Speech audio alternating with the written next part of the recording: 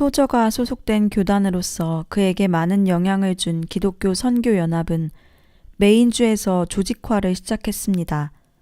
토론토와 뉴욕을 잇는 지역을 축으로 삼는 이 세 교단에 소속된 교회의 절대 다수가 미국의 북동부에 위치해 있었습니다. 이 교단을 설립한 엘버트 심슨이 세상을 떠나자 시카고에 기반을 둔 폴 레이더가 총회장이 되었습니다. 그는 기독교 선교연합이 서쪽으로 뻗어나가도록 독려했습니다. 그는 전도와 선교의 조직에 불타는 정열을 가진 로버트 브라운을 서부 지역 감독으로 임명했습니다. 감독에 취임한 브라운이 처음 시도한 일들 중 하나는 시카고의 기독교 선교연합 교회를 세우는 것이었습니다. 이 교회는 사우스사이드에 있는 큰 차고를 구입하여 교회로 리모델링했습니다. 당시 시카고 사우스사이드 복음교회라고 불린 이 교회의 교인 수는 약 80명까지 증가했는데 기독교 선교연합 교회로서는 꽤 큰 교회라고 말할 수 있습니다. 당시 기독교 선교연합에 속한 대부분의 교회가 그랬듯이 이 교회도 주일 예배를 주일 오후와 주일 저녁에 드렸습니다. 이것은 기존 교단들에 속한 교회의 오전 예배와 시간이 겹치지 않도록 하기 위해서였습니다. 당시 기독교 선교연합은 스스로를 자체적인 교단으로 간주하지 않았습니다. 기독교 선교연합은 교단을 초월하여 누구라도 함께 세계 선교에 관심을 갖고 하나님과 더욱 가까이 동행하기 원하는 사람들의 동참을 원할 뿐이었습니다. 이렇게 동참하는 사람들 중 다수가 여전히 기존 교단 교회에 소속된 채 정기적으로 기독교 선교연합교회에 출석했습니다. 1928년 조셉 호규가 시카고 사우스사이드 복음교회를 떠나자 공석인 담임 목사의 자리를 채워야 할 책임이 있는 브라운 감독은 즉시 젊은 토저를 생각해냈습니다. 이 교회는 인디애나폴리스에 있는 토저에게 편지를 보내어 그들의 목회자로 오는 문제에 대해 깊이 생각해보라고 부탁했습니다. 그러나 인디애나폴리스의 교회에서는 토저가 원하는 대로 사역이 진척되었을 뿐만 아니라 교인들도 젊은 목회자를 선대해 주었기 때문에 토저는 변화를 원치 않았습니다. 그러나 시카고 교회 교인들도 쉽게 포기하지는 않았습니다. 그들은 토저에게 계속 편지를 보냈습니다. 결국 그는 시카고로 가서 그 교회에서 설교하겠다는 답장을 보냈습니다. 그가 시카고 교회에 도착했습니다. 그리고 예배를 인도하기 위해 단 위로 올라갔습니다. 토저는 자신이 설교할 순서가 되었을 때 자리에서 일어나 설교단으로 갔습니다. 교회에 모인 사람들은 이내 그의 설교에 집중했습니다. 그들이 듣기에 토저의 설교는 참신했습니다. 그의 멋진 목소리와 표현력은 그들을 사로잡았습니다. 그의 언어 구사는 탁월했습니다. 무엇보다 그의 설교 내용은 영혼을 살찌게 했습니다. 청중은 모두 깊이 감동하였고 예배가 끝났을 때 원로 교인들은 당회원들에게 저 사람을 놓치지 마십시오 라고 속삭였습니다. 그들은 어떤 대가를 치르더라도 그를 자신들의 목회자로 세워야 한다고 느꼈습니다. 토저는 자신의 사역이 점차 또 다른 방향으로 나아가면서 새로운 차원으로 접어들고 있다고 느꼈습니다. 그는 다시 시카고로 가서 이번에는 지난번보다 더 열린 마음으로 다시 설교를 했습니다. 그리고 설교 후 잠시 짬을 내어 점점 그 수가 늘고 있는 자신의 가족 규모에 맞는 적당한 집을 알아보았습니다. 그리고 당회원들과 대화도 나누었습니다. 그들과 대화하면서 토저는 그의 사역상 선결되어야 할 점이 무엇인지 구체적으로 밝혔습니다. 그는 나는 신방을 통해 교회를 이끌어 나가는 목회자는 아닙니다. 나는 날마다 몇 시간 동안 연구하고 기도하고 묵상해야 일할 수 있는 사람입니다. 주일마다 양들을 제대로 먹이려면 나는 주중 신방의 시간을 할애할 수 없습니다. 라는 취지로 말했습니다. 토저가 제시한 이 조건은 이례적인 것이었지만 당회는 그래도 자기들에게 토저 목사가 필요하다고 믿었습니다. 긴 시간의 논의와 기도 끝에 당회는 토저의 조건을 받아들이기로 결정하고 그를 정식으로 청빙했습니다. 물론 토저도 그 청빙을 수락했습니다. 약 330만 명이 살았던 1928년의 시카고는 뉴욕, 런던, 그리고 베를린에 이어 세계에서 네 번째로 큰 도시였습니다. 시카고는 생산과 교통의 중심지였습니다. 7개의 여객 터미널에서 매일 1,000대 이상의 기차들이 들어오고 나갔습니다. 모두 북아메리카 전 지역을 운행하는 기차들이었습니다. 은행업, 상업, 그리고 서비스 산업에 있어서 시카고는 미국 중서부 지역의 중심지였습니다. 20세기 초 수많은 이주자들이 시카고로 밀려들었고 안정적인 노동력을 제공했습니다. 당시 시카고의 복음주의 진영은 꽤 규모가 컸습니다. 그러나 그들 사이에 토저의 사역 소식이 전해지는 데는 그리 오랜 시간이 걸리지 않았습니다. 영혼뿐만 아니라 지성까지 일깨우기를 원했던 사람들이 토저에게 끌리기 시작한 것입니다. 원근 각처에서 이 놀라운 설교자의 설교를 듣기 위해 사람들이 몰려오기 시작했습니다. 사우스사이드 복음교회는 폭발적으로 성장한 것은 아니지만 꾸준히 성장했습니다. 당시 토저의 목회 비전은 사람들이 하나님의 임재를 느끼기를 기대하며 교회에 오도록 하는 것이었습니다. 우리는 교회 안으로 걸어 들어갈 때 성령님의 임재를 느낍니다. 라고 한 교인의 말에서도 알 수 있듯이 그의 교회에서는 성령님이 강력하게 임하셨습니다. 사우스사이드 복음교회에서 토저의 설교를 들은 학생들은 그들의 집회에 그를 강사로 초청했습니다. 학생들은 토저를 좋아했고 그 역시 그랬습니다. 전기작가 데이비드 펜트는 이렇게 썼습니다. 토저가 젊은이들에게 복음을 위해 헌신할 것을 역설했을 때 젊은이들이 수십 명씩 헌신을 결심했다. 그때 헌신했던 사람들이 지금 세계 각지의 교회와 선교 기관에서 일하고 있다. 1930년대를 거치면서 사우스사이드 복음교회는 조직이 탄탄한 교회로 발전했습니다. 물론 성숙한 신앙과 선교 활동에 대한 강조점은 변함이 없었습니다. 그리고 조직화와 발맞추어 교회 이름도 사우스사이드 연합교회로 바뀌었습니다. 그 시점에서 교회의 수용 능력은 이미 한계에 달해 있었습니다. 예배 때마다 공간이 협소하여 발 디딜 틈이 없을 정도였습니다. 사우스사이드 연합교회 바로 옆에는 장기간 사용하지 않는 낡은 건물이 하나 있었습니다. 토저는 이 건물을 매입하여 허물고 그 자리에 새 예배당을 짓고 기존의 건물은 교육관으로 사용하겠다는 계획을 세웠습니다. 미국이 제2차 세계대전에 뛰어들기 직전인 1941년 연한 회색 벽돌의 시카고 교회는 외부와 내부 모두 아름다운 위용을 자랑하는 현대적 건축물로 완성되었습니다. 신축한 예배당은 그야말로 시대를 앞서간 건물이었습니다. 교회의 각 위원회에서는 참신한 건축 아이디어를 얻기 위해 몇 년 동안 시카고의 여러 시설들을 돌아보았습니다. 그들의 이런 노력이 지역사회에서 화제가 되기도 했습니다.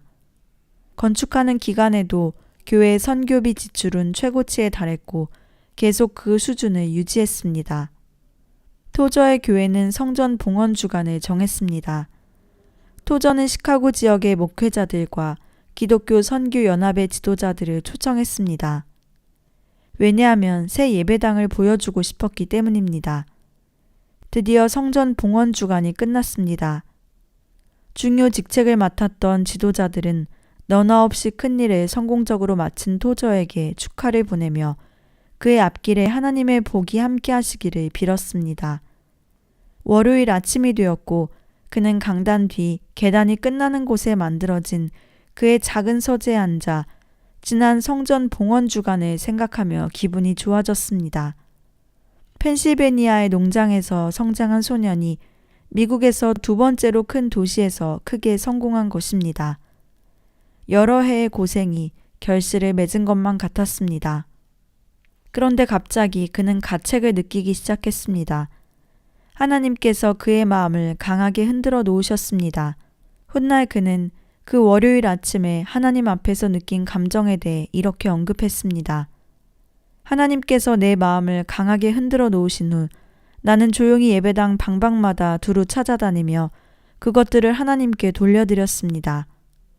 새 예배당은 더 이상 그의 것이 아니었습니다.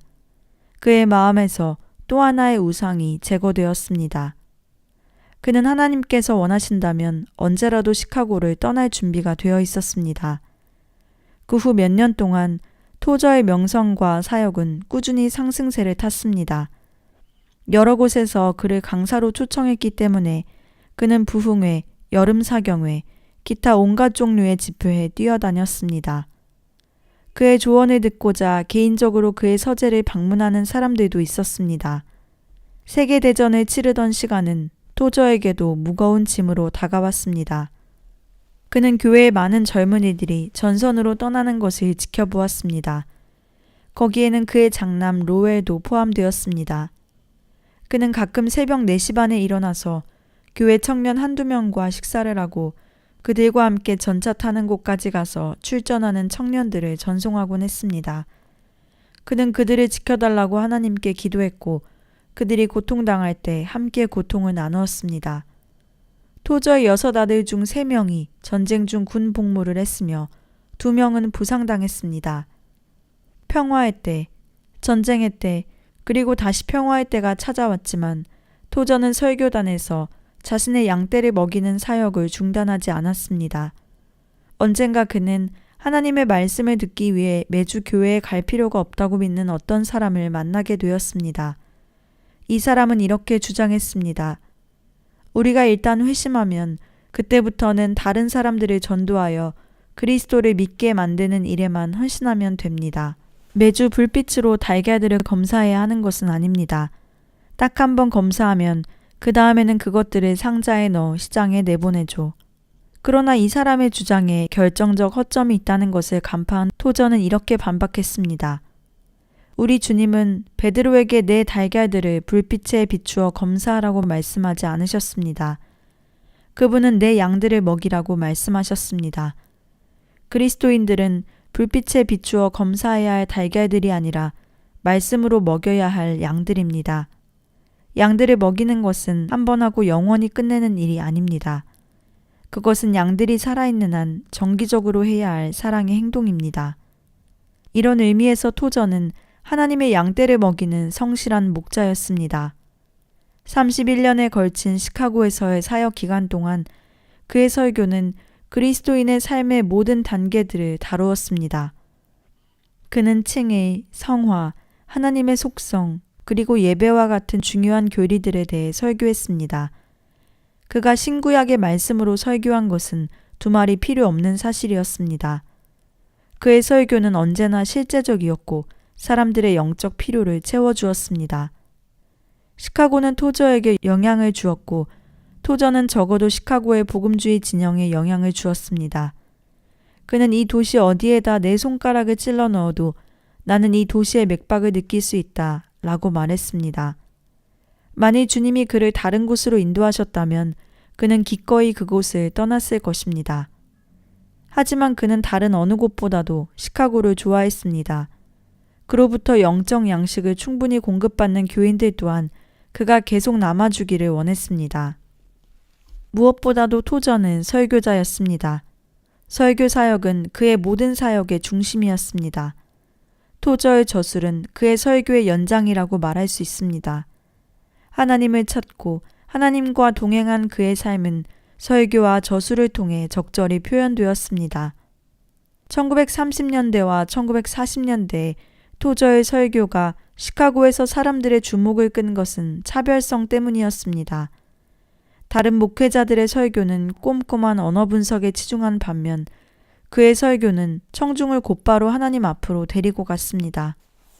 오직 청중을 하나님 앞으로 이끌어가는 것이 그의 설교의 목적이었기 때문입니다. 토저에게는 거룩한 분위기와 권위가 느껴졌습니다.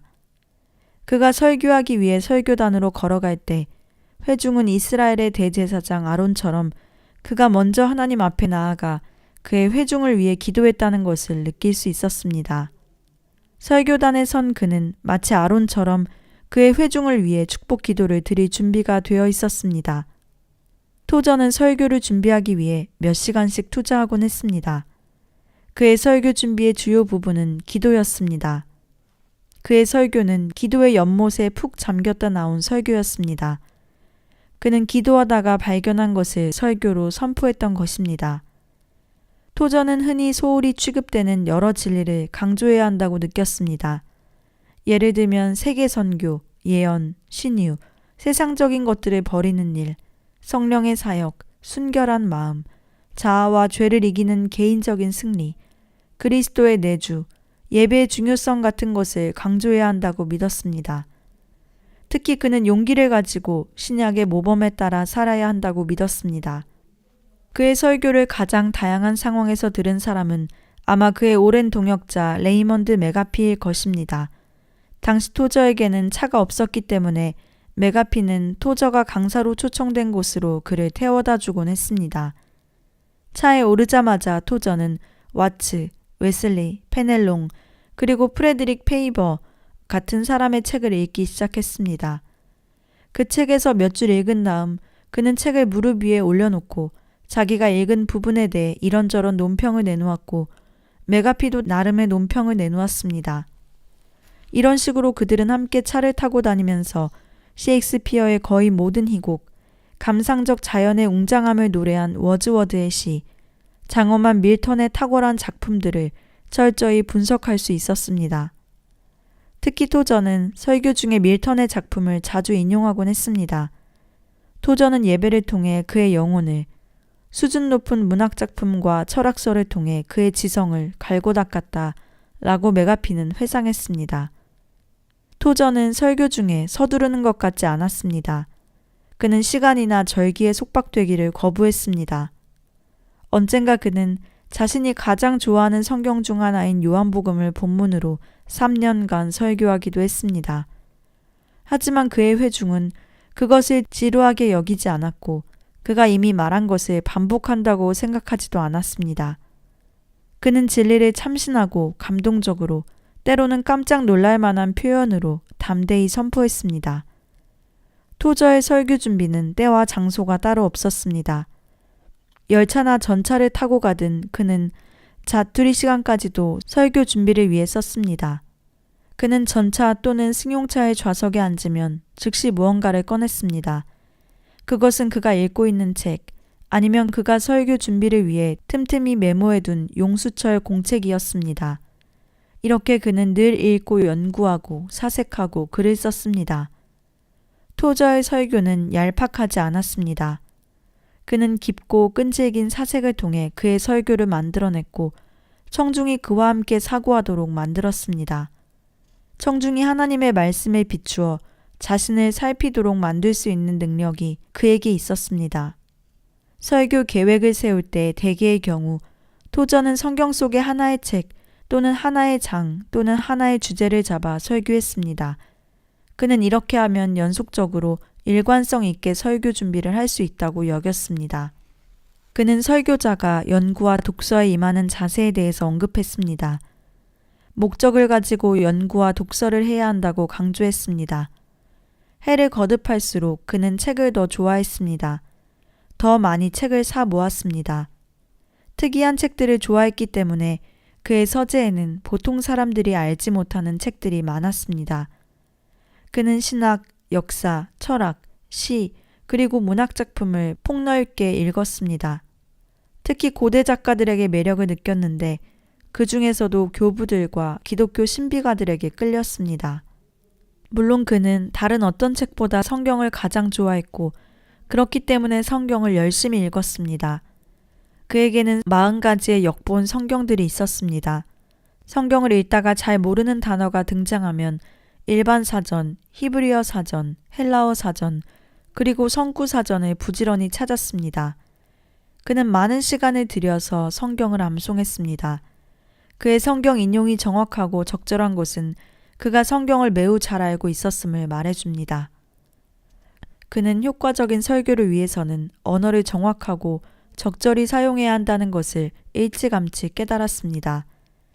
그는 그가 죽은 말들이라고 불렀던 여러 말을 아주 싫어했고 진부한 표현들을 추방하기 위해 끊임없이 노력했습니다.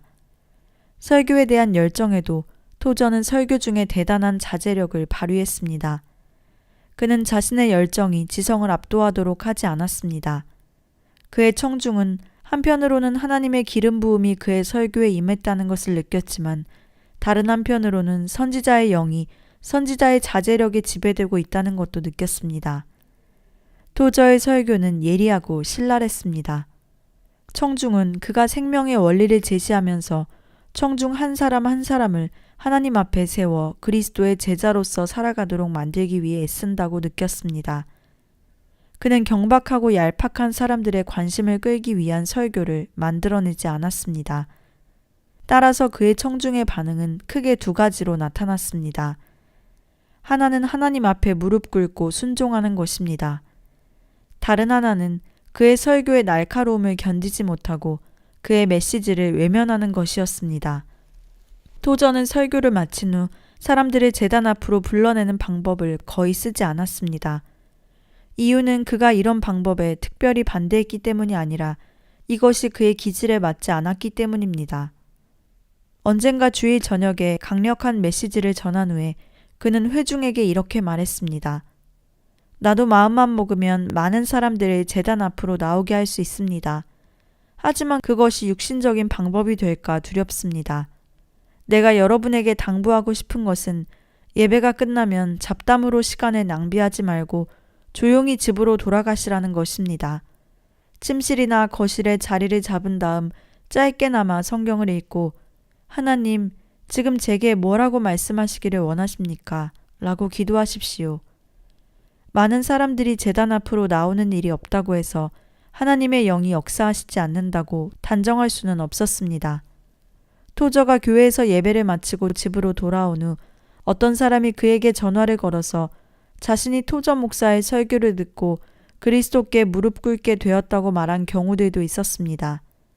이것이 바로 토저가 보기 원한 감정적인 표현이 없더라도 의지적 결단이 있는 모습이었습니다. 그가 원한 것은 사람들이 그리스도께 무릎 꿇는 것이었습니다. 그의 시카고 교회에서는 회심이 일상적으로 일어났습니다. 다양한 교파들에서 토저를 부흥회 강사로 초청했습니다. 그는 여러 해 동안 아주 빡빡한 스케줄을 소화해내야 했으며 사람들은 그것을 보고 놀라움을 금치 못했습니다. 모든 순회 설교자들과 마찬가지로 그에게도 소위 순회용 설교가 있었습니다. 대개 그는 자신의 교회에서 하나님의 도우심으로 크게 성공했던 여러 편의 설교들을 그의 순회용 설교로 삼았습니다. 언젠가 부흥회 때 토저는 루이스 킹과 함께 식사를 하게 되었는데 킹의 아내 에스더는 사우스사이드 연합교회에서 성장한 사람이었습니다. 식사 도중 토저가 그녀에게 물었습니다. 자매님은 백발은 영광의 면류관이라 라는 제목의 내 설교를 들었는지요? 물론 들었습니다. 그런데 왜 그런 질문을 하시죠? 킹 부인이 물었습니다. 내가 오늘 밤 그 설교를 하면 어떻겠습니까?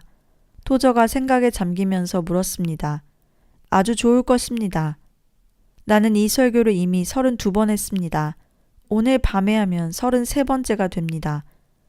그는 그날 밤 이 설교로 부흥회 참석자들에게 깊은 감동을 선사했습니다. 토저는 그의 체면을 세우는 일에는 전혀 관심이 없었습니다. 강사로 나설 경우라도 그는 다시 초청받기 위해 설교하지 않았습니다. 언젠가 그는 런던의 유명한 설교자 마틴 로이드 존스 목사에게 나는 미국의 유명한 주요 사경회들에서 설교한 적이 없습니다. 라고 말했습니다. 그의 관심사는 자신의 명성을 쌓아 올리는 것이 아니라 예수 그리스도를 높이고 하나님 편에서 말하는 것이었습니다. 그는 자신의 부족함에 대해 남들이 입방아를 찢는다 해도 전혀 상관하지 않았습니다. 토저는 학생들에게 종종 이렇게 말했습니다. 진정한 설교는 기도로 시작됩니다. 설교자가 아무리 유식하다 할지라도 기도 없이 설교한다면 그의 설교는 하나님으로부터 오는 메시지가 아닙니다. 이곳저곳에서 끌어다가 짜깁기에서 만들어낸 설교는 사람들에게 유익을 주지 못합니다. 설교는 하나님께서 지금 특정한 사람들에게 말씀하시는 하나님의 음성이 되어야 합니다. 그는 설교자를 미술가와 비교하면서 이렇게 말했습니다. 미술가는 그림 물감, 유화 물감, 사암, 금, 유리, 그리고 대리석을 사용하여 작업합니다. 하지만 설교자는 인류를 대상으로 작업합니다. 미술가는 머릿속으로 추상적인 미의 개념을 포착한 다음 그것을 구체적이고 가시적인 것들로 다시 표현합니다. 반면에 설교자는 자기 속에 계신 그리스도가 사람들의 삶 속에서 가시적 존재로 나타나시도록 노력합니다. 미술가에게는 재능이 있지만 설교자에게는 성령님이 계십니다. 미술가는 다른 미술가들에게서 영감을 얻지만 설교자는 오직 홀로 하나님께 나아가 기도하는 중에 영감을 얻습니다. 미술가의 도구는 붓과 정과 불이지만 설교자의 도구는 언어입니다. 미술가처럼 설교자도 자기의 도구를 능숙하게 다룰 줄 알아야 합니다. 처음에는 언어라는 도구를 다루는 일이 서툴겠지만 자꾸 노력하면 결국 능숙한 전문가가 될 것입니다. 무릇 설교자는 지혜로운 독서 습관을 길러야 한다는 것이 토저의 신념이었습니다. 그는 이렇게 조언했습니다. 흔히 좋다고 하는 책들을 읽지 마십시오. 좋은 책들은 해마다 너무 많이 쏟아져 나옵니다. 그 책들의 대다수는 다른 사람의 말을 고쳐서 표현한 것에 지나지 않습니다. 고전으로 돌아가 고전에서 배우십시오. 위대한 청교도 작가와 신비가들의 작품을 골라서 읽으십시오. 그리고 훌륭한 시들을 읽고 암송하십시오. 이런 작가와 시인들이 그들의 사상과 감정을 어떻게 표현했는지 잘 살펴보십시오. 토저는 언어 능력을 향상시키려는 사람들에게는 이렇게 충고했습니다. 존 버년에게 소박함을, 조셉 에디슨에게 명료함과 우아함을, 존 밀턴에게 사고의 수준을 높이려는 끈질긴 노력과 고결함을, 프랜시스 베이컨에게 간결함과 장중함을, 찰스 디킨스에게 쾌활함을 배우십시오. 특히 찰스 디킨스를 연구할 때에는 크리스마스 캐롤부터 시작하는 것이 좋습니다. 그는 계속해서 이렇게 권면하였습니다. 단어에 민감해지도록 훈련하십시오. 단어들과 그것들이 미치는 효과에 주목하십시오. 좋은 사전을 구해서 사용하십시오. 책을 읽다가 모르는 단어가 나오면 즉시 사전을 찾아 연구하십시오. 이렇게 하면 당신의 어휘력은 꾸준히 향상될 수 있습니다. 어휘력이 늘면 사람들이 알아듣지 못하는 말을 많이 하게 된다고 주장하는 사람들이 있습니다. 하지만 사실은 그 정반대입니다. 어휘력이 늘면 말하고 싶은 것을 정확하게 표현할 수 있습니다. 정확한 어휘를 구사하는 것만큼 중요한 것은 없습니다. 토저의 설교의 특징은 그가 언제나 정확한 어휘를 구사할 수 있었다는 것입니다. 토저는 글쓰기, 특히 책을 쓰는 일을 결코 가볍게 여기지 않았습니다. 글쓰기를 열망하는 사람들에게 그는 이렇게 충고했습니다. 자기 속에 가득한 것을 밖으로 밀어내지 않고는 못 베길 때 마음으로부터 흘러나오는 것을 써야 책이 됩니다. 이것만이 진정한 책입니다. 그는 평생 이런 소신에 따라 글을 썼습니다. 많은 편집자들이 그에게 기고문과 책을 써달라고 부탁했지만 그가 그들의 부탁을 들어준 예는 거의 없었습니다. 토저는 명성을 얻거나 돈을 벌기 위해 책을 쓰지 않았습니다. 그는 책을 쓰지 않고는 견딜 수 없었기 때문에 책을 썼습니다. 그는 하나님으로부터 온 메시지를 전달하지 않을 수 없었습니다. 인간의 추구의 서문에서 그는 이렇게 썼습니다. 주변을 돌아보면 교회들이 쇠약해지고 있는 것이 보이고 내 안에서는 새로운 영적 능력이 불을 듯 일어납니다. 나는 글을 쓰지 않고는 견딜 수 없습니다. 많은 사람들이 내 책을 읽든지 안 읽든지 나는 책을 쓰지 않을 수 없습니다. 적어도 내 마음의 부담을 덜기 위해서라도 나는 책을 써야 합니다. 토저는 이런 자세로 자신의 모든 책을 썼습니다. 기도 중에 그는 하나님께서 자기에게 어떤 특정한 문제에 대해 메시지를 전하라고 시키시는 것을 깨닫곤 했습니다. 이런 깨달음을 얻으면 조만간 그는 그 메시지를 설교를 통해 연속적으로 교인들에게 전했습니다. 또 기회가 주어지는 대로 다른 청중들에게도 설교했습니다. 그러다가 그 메시지를 전해야 한다는 마음의 부담이 점점 더 심해지는 가운데 다른 출구를 찾을 수 없을 지경에 이르면 펜을 잡았습니다. 그의 펜에서 흘러나온 글들은 결국 책이 되었습니다. 어떤 특정한 문제에 대해 메시지를 전해야 한다는 부담감이 토저의 마음에 쌓이기 시작했습니다. 그러던 중 멕시코 국경으로 가는 길목에 있는 텍사스주 맥켈런에서 그를 강사로 초청했습니다. 그는 이것을 좋은 기회로 여겼습니다. 시카고부터 맥켈런까지 장거리를 기차로 가면 충분히 생각하며 글을 쓸 수 있는 시간을 가질 수 있었기 때문입니다. 그는 오래된 라사의 스트릿 역에서 침대차에 올랐습니다. 그리고 영무원에게 그가 독실에서 글을 쓸 수 있도록 작은 테이블을 하나 가져다 달라고 부탁했습니다. 독실에서 그는 오직 성경책 한 권을 앞에 놓고 글을 쓰기 시작했습니다. 오후 9시쯤 영무원이 문을 두드리더니 저녁 식사를 주문하실 수 있는 마지막 기회입니다. 식사를 원하십니까? 라고 물었습니다. 예, 토스트와 차를 좀 갖다 주세요. 라고 토저가 대답했습니다. 그는 겨우 토스트와 차로 기력을 유지하며 계속 글을 썼습니다. 그의 생각이 원고지에 옮겨지기 무섭게 그의 머릿속에 그 다음 생각이 채워졌습니다. 이렇게 그는 밤새도록 글을 썼습니다. 끊임없이 떠오르는 생각 때문에 글은 마치 자동으로 써지는 것 같았습니다. 다음 날 이른 아침 기차가 맥켈런 역으로 들어섰을 때 하나님을 추구함의 초고가 대략 완성되었습니다. 이 책의 주제는 하나님 안에서 인생의 진정한 목적 성취가 가능하다는 것입니다. 토저는 여러 각도에서 이 주제를 접근했지만 중심 주제를 벗어나지 않았습니다. 중심 주제란 물론 하나님, 인간과 하나님의 관계, 그리고 이 관계를 유지하는 방법이었습니다. 토저는 피상적이고 뻔하고 사소한 것들을 쓰지 않았습니다. 피상적이고 뻔하고 사소한 것들이란 그의 몫이 아니었습니다. 그는 유행과 사료에 무관심했습니다. 그는 오직 예수 그리스도를 통한 하나님과의 관계에 영향을 미치는 원리에 집중했으며 이런 차원에서 지속적으로 의미를 가질 수 있는 내용을 써나갔습니다. 이렇게 쓸 수 있었던 것은 그가 기도와 연구 훈련에 철저했기 때문입니다. 그의 책들이 시간을 초월하여 읽히는 것은 그의 저술이 성공적인 작업이었음을 말해줍니다. 토저는 글을 쓸 때마다 혼신의 힘을 기울였습니다. 그는 고생해서 써야 독자가 쉽게 읽는다고 입버릇처럼 말하곤 했습니다. 그는 스스로 만족할 때까지 한 문장 한 문장을 갈고 닦았습니다. 그는 중복된 내용이나 부정확한 내용이 있을지 몰라 자신의 원고를 한 줄 한 줄 소리내어 읽었습니다. 그의 문체는 힘차고 간결하고 정확하고 때로는 신비로웠습니다. 사우스사이드 연합교회 설교단 뒤에 있는 그의 서재를 방문한 많은 사람들은 책으로 가득한 그 서재가 너무 작다는 사실에 놀랐습니다. 서재 한가운데 있는 책상 위에는 그가 자주 참고하는 책들이 놓여 있었습니다. 그는 이 책들을 가까이 두기를 좋아했는데 특히 웹스터 대사전은 손만 뻗으면 쉽게 집을 수 있는 거리에 펼쳐두었습니다.